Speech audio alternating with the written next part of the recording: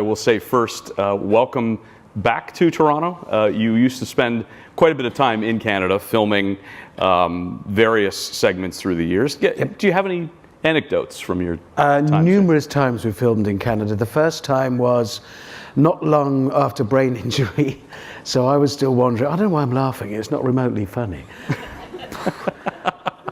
Actually, my wife preferred me. She has told me. She said I was lovely. I had a 2-minute memory for several weeks, and she said, you were the nicest you've ever been.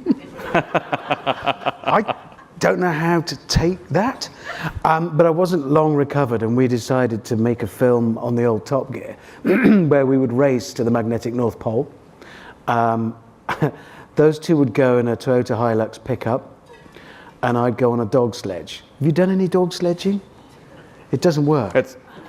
No, it just doesn't. It's always the wrong kind of snow for the dogs. It's too dry, too cold, it's snow.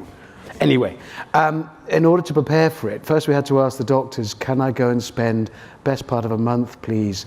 We were leaving from Resolute Bay.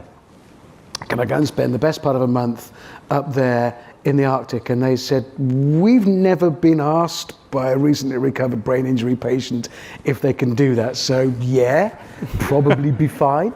And I started off by spending 2 weeks in Iqaluit, right on the edge of the ice. Learning how to run a dog sledge. And in fact, I was going to stay with Matty, who was the female explorer. She's a phenomenal woman, incredible. And I knew she's a kind of polar queen. She's been to both poles numerous times, alone, leading expeditions. I was going to go and stay in her house.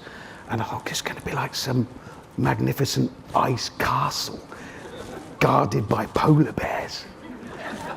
It was just a very nice suburban bungalow. It was exactly like the one my mother-in-law lived in, but she was lovely. So yeah, I spent a long time there, and then we set off from Resolute Bay to go off in search of the magnetic North Pole.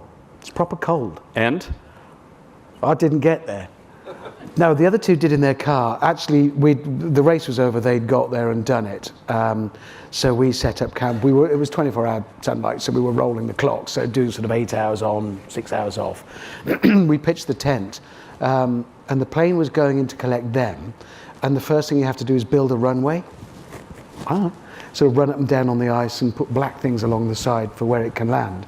And it came through on the radio that the plane in landing to pick up Jeremy and James had broken a ski, which meant it couldn't land to pick me up. And I cursed for 2.5 hours straight. The rest of them timed me. So we had another 24 hours stuck on the ice in a tent, 5 of us. Fortunately, we had the expedition doctor with us, who had his doctor's bag full of interesting things that we worked our way through. I shouldn't say that, should I? But we did. We just entertained ourselves best we could for 24 hours on the ice. And the other, a favourite one filming in Canada, British Columbia, Wolf Mountain. We made a film. You'll have seen these Breitling watches, great big things where you unscrew the crown and pull it out. And supposedly a helicopter comes to rescue you. But if you've bought one of those watches, you're not going to do that, because if you don't need rescuing, they'll charge you thousands of dollars for the trip. So we thought, we'll find out if it works. So long story short, they dropped me on the top of Wolf Mountain, set the alarm off, and then the guys had come and rescue me, and obviously they really took their time. But for the film to work, I had to be, really cross. But the fact of the matter is, I'd pitched my tent, I'd built myself a little bivouac round a tree. My wife had given me a bottle of her homemade sloe gin. It went dark at 2:30. The crew couldn't do any more filming, so they all went off on snowmobiles down the hill to a big tent and left me on my own with my little fire by my tree, my bottle of gin and a book. I'd have stayed there for months. I'd still be there. I've never been happier.